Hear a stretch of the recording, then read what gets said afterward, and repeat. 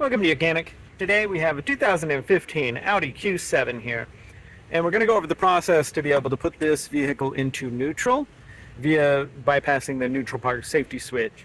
So say you have no power to the vehicle and you need to move the vehicle off the road, push it off the side, and you're not able to get it into neutral. There is a manual way to put it into neutral, and that is located right here.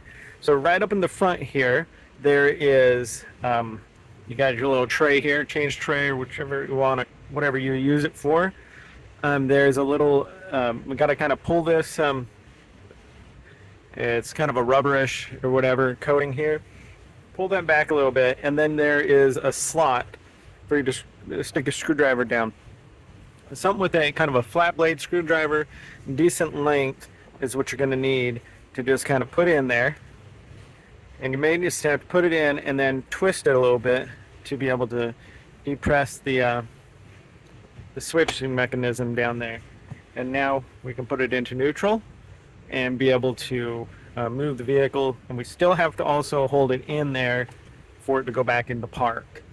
So if we remove it, we won't be, oh, it did go into park. But if we need to move it again, we'd have to put the screwdriver back in there and there. Be able to put in neutral. There we go. So that's how you would be able to manually switch your gears into neutral if you have no power or you have misplaced your key and you need to move your vehicle via the bypassing the neutral park safety switch. Thanks for watching Mechanic, where you can do the